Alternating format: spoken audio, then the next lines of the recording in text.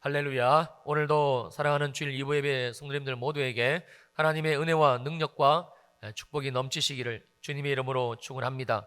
특별히 오늘은 2019년 감사절, 추수감사절 예배로 드려지게 되는데, 주님이 오늘 우리들 모두에게 정말 주시기를 원하시는 이 감사의 은혜, 감사의 능력이 충만하게 채워지고, 그래서 우리의 삶 속에 다시 한번 하나님이 주신 이 감사가 회복되는 시간이 되시기를 주님의 이름으로 축원합니다. 먼저 오늘 본문 내용을 좀 더 잘 이해하기 위해서 메시지 번역본으로 이 성경을 읽어 드리려고 합니다. 화면에 뜨는 자막을 보시면서 한번 들어보시기 바랍니다. 방송실 자막 띄워주십시오. 로마서 7장 1절로 3절 내용의 메시지 번역 성경입니다. 친구 여러분, 여러분은 내가 한 말을 이해하는데 어려움이 없을 것입니다. 여러분은 율법에 대해서라면 박식한 전문가들이기 때문입니다. 여러분이 잘 알듯이 율법의 적용과 효력은 살아있는 사람들에게만 해당됩니다. 2절, 가령 아내는 남편이 살아있는 동안에는 법적으로 남편에게 묶여있지만 남편이 죽으면 자유로워집니다. 그리고 3절, 만일 남편이 살아있는데도 다른 남자와 산다면 이는 명백한 간음입니다. 하지만 남편이 죽는다면 그녀는 아무 양심의 거리낌 없이 자유롭게 다른 남자와 결혼할 수 있고 누구도 이의를 제기할 수 없습니다. 그리고 이어지는 4절과 6절의 말씀의 내용입니다. 친구 여러분, 여러분에게 일어난 일이 바로 이와 같습니다.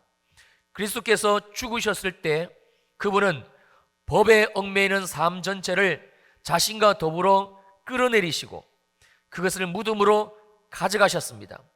여러분을 하여금 부활 생명과 자유롭게 결혼할 수 있도록, 그래서 하나님을 향한 믿음을 자녀로 낳을 수 있도록 하셨습니다.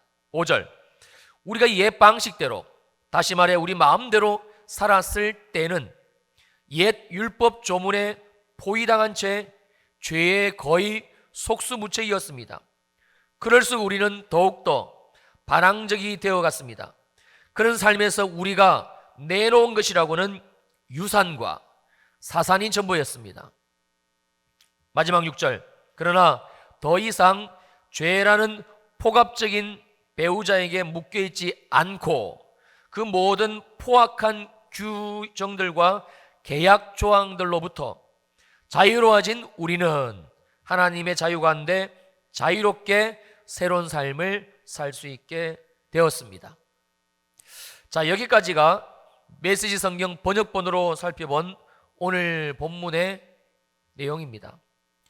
아마 이제는 좀 더 이해가 되실 텐데요, 오늘 본문 말씀의 내용을 제가 다시 한번 정리하고 그리고 요약해서 살펴보려고 합니다. 반드시 알아야만 되는 말씀이라 우리가 이 방법 저 방법 해서 계속해서 살펴보는 것이 대단히 중요하기 때문입니다. 여러분, 오늘 본문은 성도와, 즉 예수 믿고 구원받아 그리스도인이 된 우리들과 율법과의 관계를 설명하는 말씀의 부분인데, 여기에서 언급하고 있는 율법이란 것은 물론 로마서 전체에서도 이 의미로 사용이 되어지고 있습니다만, 하나님의 말씀 중에서 특별히 계명으로 주신 말씀으로 이해하시면 될 것 같습니다. 쉽게 말씀드리면 십계명과 같은 그런 말씀, 그게 오늘 우리가 나누고 있는 본문 속에서 거론되어지는 율법이라는 단어입니다. 여기서 바울이 말하고 있는 이 성도와 율법과의 관계, 한마디로 성도는 율법의 모든 정죄로부터 이제는 자유하게 되었다. 그게 이 말씀의 핵심입니다. 우리는 예수 그리스도를 믿음으로 말미암아 이제는 하나님이 우리신 계명의 말씀, 율법이지요, 십계명을 비롯한 많은 계명의 말씀, 그 정죄로부터 이제는 자유하는 존재가 되었다라는 것인데, 특별히 바울은 이 관계, 즉 하나님의 율법과 성도인 이 우리들과의 이 관계를 설명하기 위해서 혼인관계의 비유를 들고 있습니다.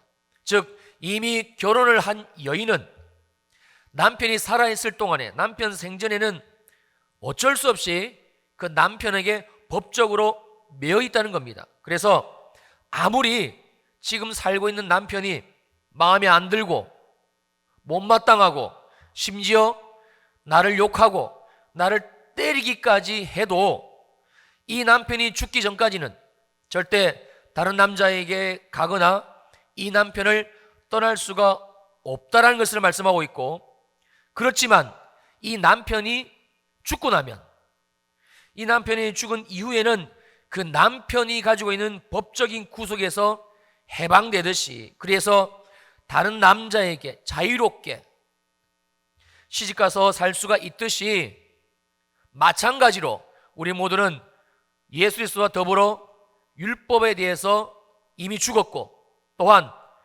그리스도와 더불어 다시 살았기 때문에 이 율법의 구속에서 완벽하게 해방되어 이제는 자유롭게 그리스도에게 가서 하나님을 위해, 또 하나님이 주시는 우리 인생의 삶의 열매를 맺으며 삶을 살 수 있게 되었다, 이 말씀입니다.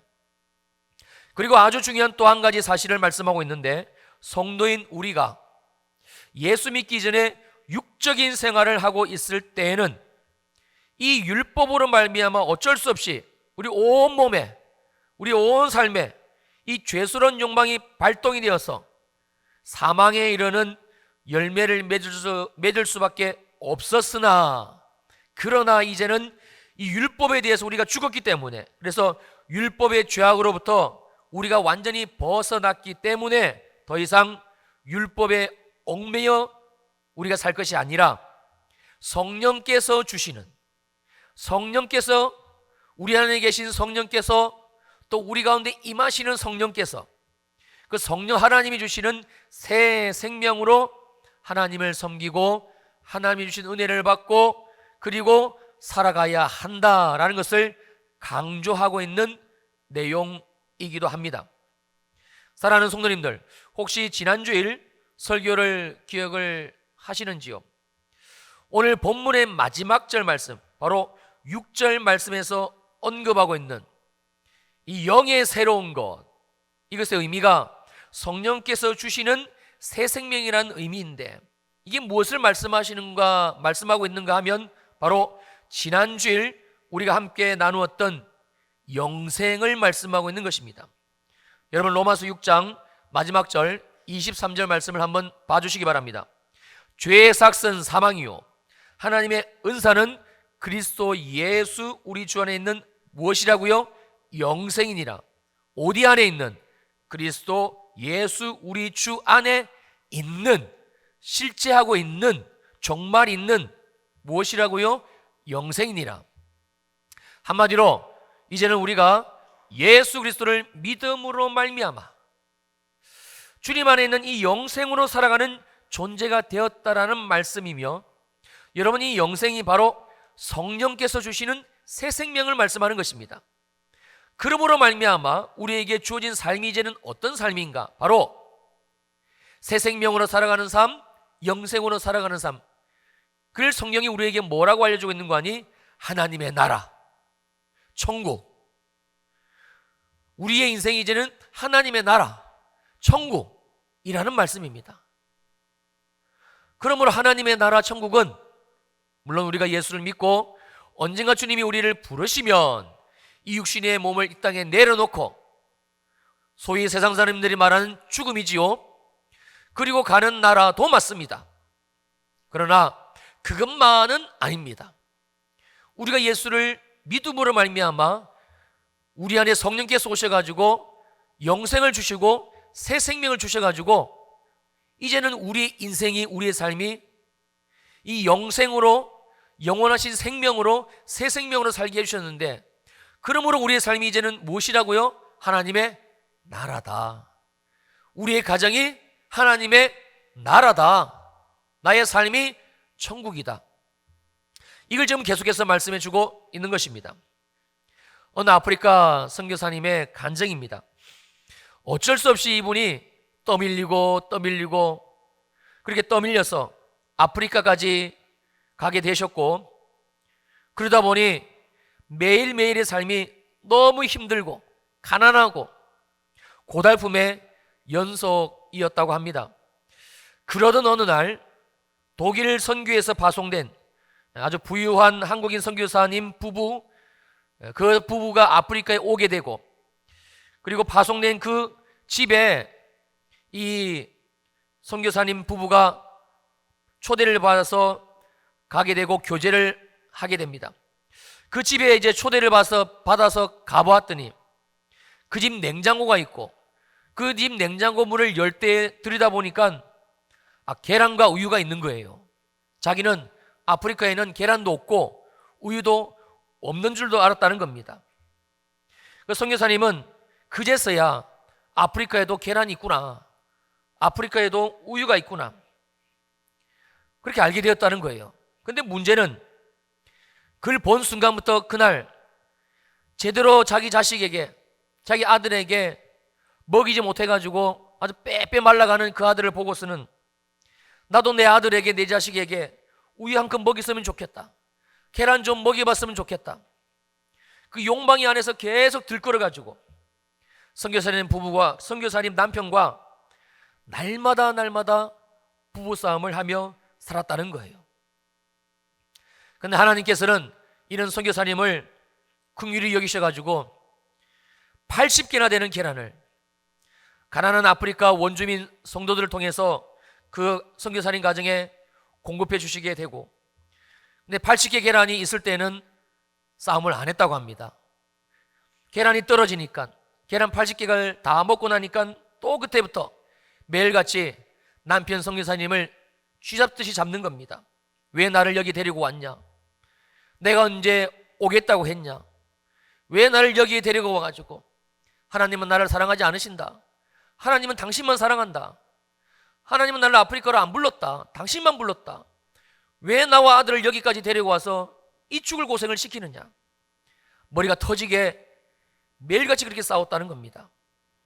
하나님께서는 이대로 뒀다가는 도저히 안 되겠다 싶으셨는지 말라리아와 황달이라는 병으로 이 여자 선교사님의 몸을 치시게 되고, 그리고 이 박상원이라는 이름을 가진 이 여자 선교사님은 시름시름 앓으며 다 죽게 되던 어느 날, 그날 새벽에 선교사님은 태어나서 처음으로 하나님을 경험하게 됩니다. 즉 거듭남을 경험했다는 말씀입니다. 사랑하는 내 딸아, 내가 너를 사랑한다. 내가 너를 아프리카로 불렀다. 그러나 이대로 너가 살게 되면 너는 내 이름만 더럽히게 된다. 내가 거듭나야 되겠다.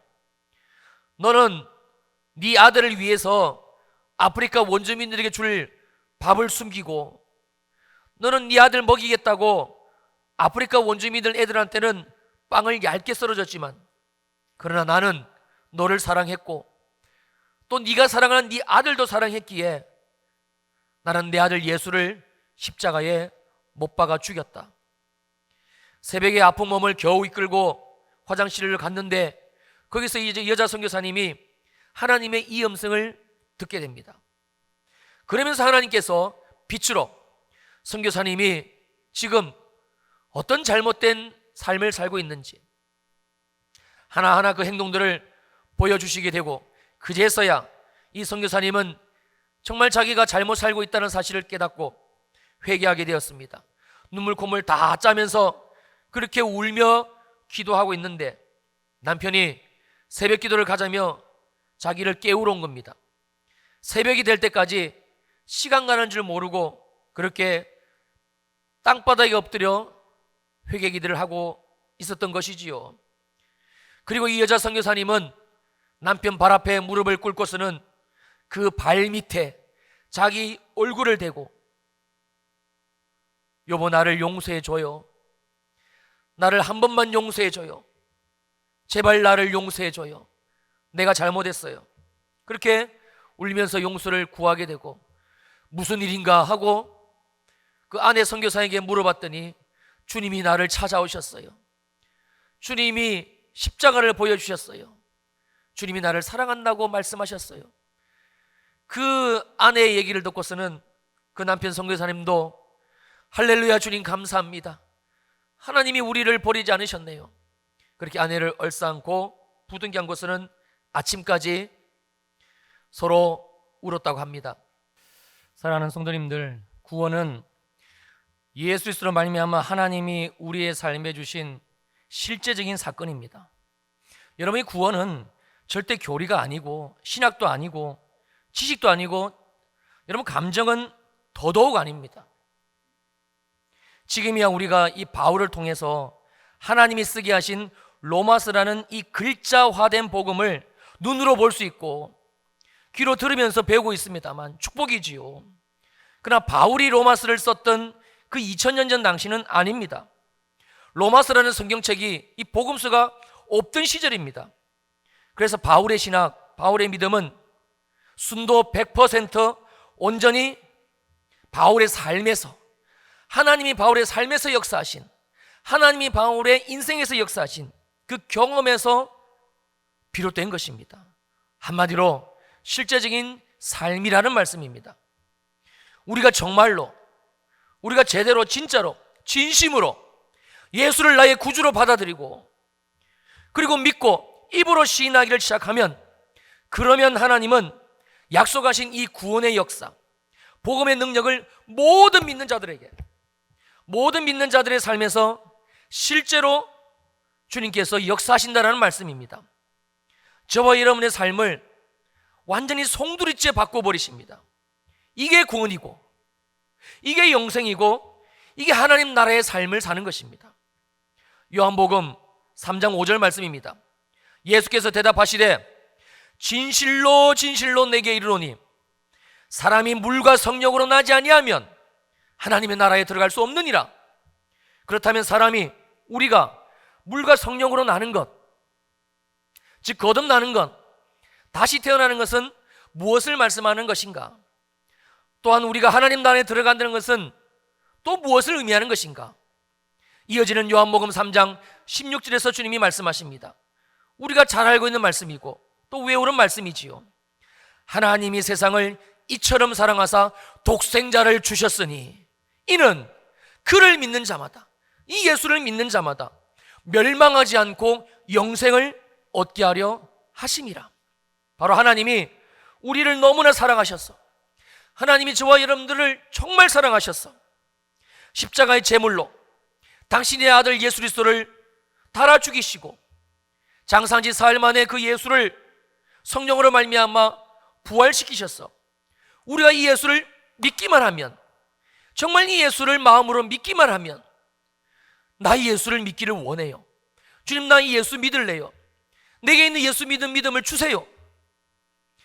이 입술로 이 예수를 믿는다라고 고백을 하면, 여러분 이것이 바로 물과 성령으로 거듭나는 것이고, 그리고 이 예수, 즉 복음 대신 주님으로 말미암아 주님이 우리에게 주신 그 영생, 바로 하나님 나라에 들어가서 이제는 하나님 나라의 삶을 산다는 것을 말씀하는 것입니다. 여러분, 그러므로 예수를 믿는 것은 곧 구원인 것이고 거듭나는 것이 되고 하나님 나라에 들어가서 사는 것이며 바로 영생하는 삶입니다. 한마디로 예수 믿는 것은 하나님이 주신 생명, 하나님의 성령으로 말미암은 새 생명, 이 새로운 생명으로 전혀 다른 삶을 살아가는 실제적인 삶이라는 말씀입니다.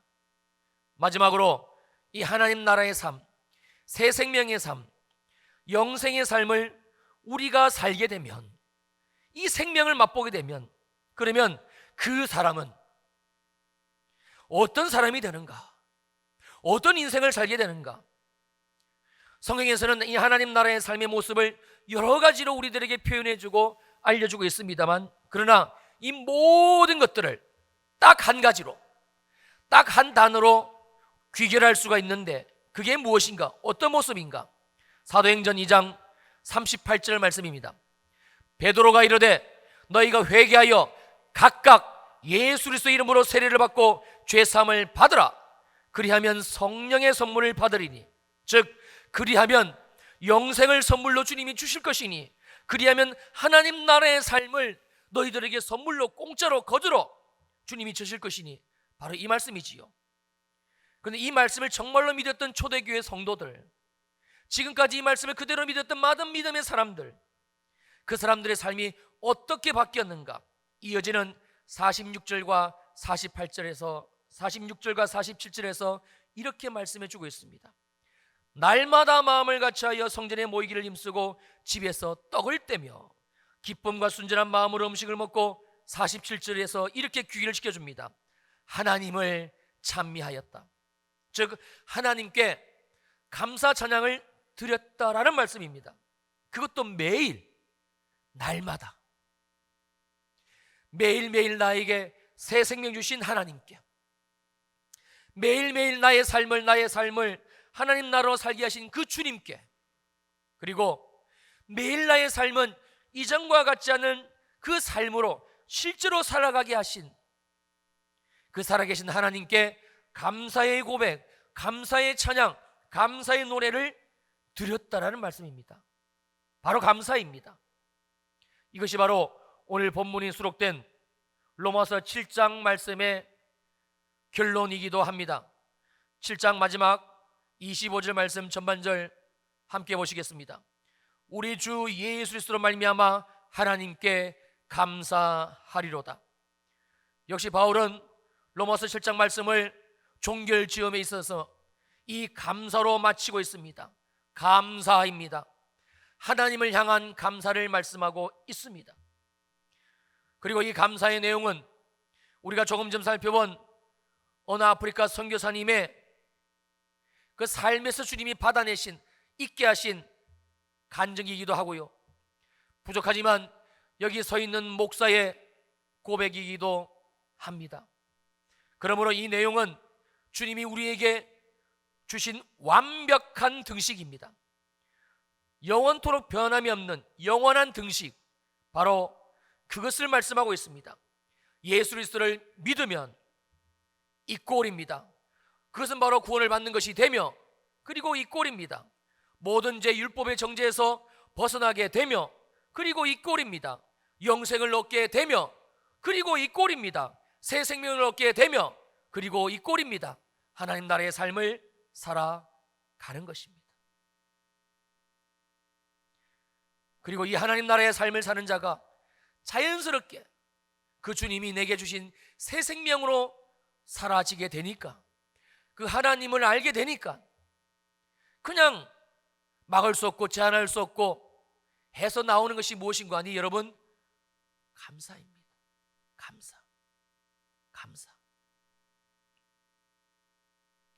주님이 왜 우리들에게 2019년 추수감사절을 주셨는가? 우리 안에 예수가 있고, 우리가 구원을 받았고, 우리가 영생을 얻었고, 우리 안에 주님이 새 생명을 주셨는데 우리가 주님을 바라보지 않으니까 2019년 한 해를 살아오면서 하나님이 우리의 삶에 감사할 수밖에 없는 일들을 그렇게 주셨음에도 불구하고 우리가 모르니까, 주님이 오늘 이 날을 주시면서 멈추라는 거예요. 반강제적으로 하나님이 우리 인생에 브레이크를 거신 겁니다. 너 왜 그렇게 바쁘게 사니? 너 왜 그렇게 힘겹게 사니? 너 왜 그렇게 원망하며 살고, 너 왜 그렇게 아프게 사니? 너 왜 그렇게 평안이 없이 살고, 너 왜 그렇게 기쁨이 없이 사니? 너 왜 그렇게 감사가 없이 사니? 하나님이 추수감사절이라는 절기를 통해서 그냥 반강제적으로 우리 인생에 브레이크를 거신 것입니다. 그리고 주님을 바라보게 하신 날, 내 안에 계신 예수, 내 삶에 계신 예수, 내 직장에 계신 예수, 우리 가정에 계신 예수를 보게 하신 날, 사랑하는 우리 성도님들, 추수 감사절입니다. 감사절. 우리가 그래서 회복해야 될 감사는 이것 주셔서 감사하고 저것 대해서 감사하고 이 이유 때문에 감사하고가 아니고, 그렇구나, 주님이 나의 모든 죄와 저주와 사망을 뒤집어 쓰시고 나 대신 죽으셨구나. 그리고 내게 부활의 생명, 영생의 생명, 하나님의 생명, 새 생명을 주셨구나. 내 인생을 이 새 생명으로 살게 하셨구나. 나는 지금 하나님 나라의 삶을 사는 것이구나. 이것 깨닫고 이 내용으로 하나님께 올려드리는 감사입니다. 우리가 만약 2019년 올해에도 이 추수감사절을 그냥 평촌 일회교회 내가 다니는 교회에서 정했대. 그래서 주부에다 광고를 싣고 현수막 내걸고 지킨다네. 오늘이 추수감사절이라고 그러고 목사님이 말씀하시기를 오후에는 간증 집회를 한다네. 저와 여러분들이 오늘 추수감사절 이 예배를 작년하고 똑같이 이렇게 보내게 되면 하나님이 우리에게 또 더하여 주실 2020년도가 별 그렇게 달라질 것이 없습니다. 예수는 믿지만, 교회는 다니지만, 예배는 드리지만 여전히 감사가 없이, 감사의 기쁨, 감사의 은혜, 감사의 찬양 없이 그렇게 살아갑니다. 자, 우리 사랑하는 성도님들, 어떻게 사시겠습니까? 이미 주님이 다 이루어 주셨습니다. 그리고 우리에게 말씀하십니다. 이 말씀을 믿기만 하라고. 우리 주 예수 그리스도가 율법의 정죄에서 우리를 자유케 하셨고, 이제는 우리를 그 지긋지긋한 그 세상, 그 모든 죄 가운데서 죽여버리시고 끊어버리시고 이제는 예수의 생명으로 살게 하셨다고 또 말씀해 주고 있습니다. 사실 로마서 6장 말씀과 별 그렇게 다르지 않습니다. 계속적으로 다루고 계십니다. 어떻게 하시겠습니까? 무엇을 선택하시겠습니까? 제가 잠깐 고백을 드렸습니다만 저는 목사가 되고 하나님이 주신 이 거듭남의 은혜가 무엇인지를 그제서야 깨달았습니다. 주님을 바라보니까, 주님 바라보고 삶을 한 발자국 두 발자국 떼다 보니까 주님이 어느 날 제게 그 은혜를 부어주시더라고요. 제 눈이 열려지고 제 마음의 귀가 열려지니까 바뀐 것은 아무것도 없습니다.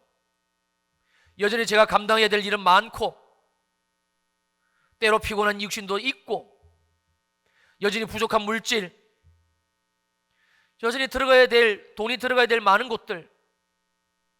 근데 그게 더 이상 제게는 문제가 안 되더라고요. 감사가 나오더라고요. 매일매일 초대교회 성도들이 했던 것처럼. 사랑하는 우리 주일 이브 예배 성도님들, 하나님은 살아계십니다. 우리에게 주신 복음은 싫지 않은 복음입니다.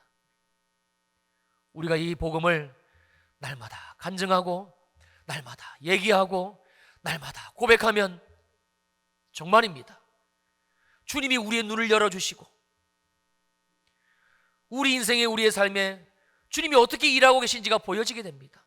그러면 감사하지 말라고 해도 감사합니다. 이 목사님 지긋지긋해요. 또 감사해요. 또 예수님 얘기해요. 정말인 걸 어떡합니까? 진짜인데 어떡합니까? 주님이 나를 사랑하신 게 정말이고, 주님이 나를 인도하신 게 진짜고, 주님이 나를 그렇게 더 좋은 길로 내 삶을 이끄실 것이 너무나 분명한데 어떻게 얘기를 안 합니까? 그게 감사입니다. 이 감사를 회복하게 되시기를, 이 감사가 더 깊어지게 되시기를 다시 한번 주님의 이름으로 축원합니다. 축원합니다. 아멘. 기도하시겠습니다.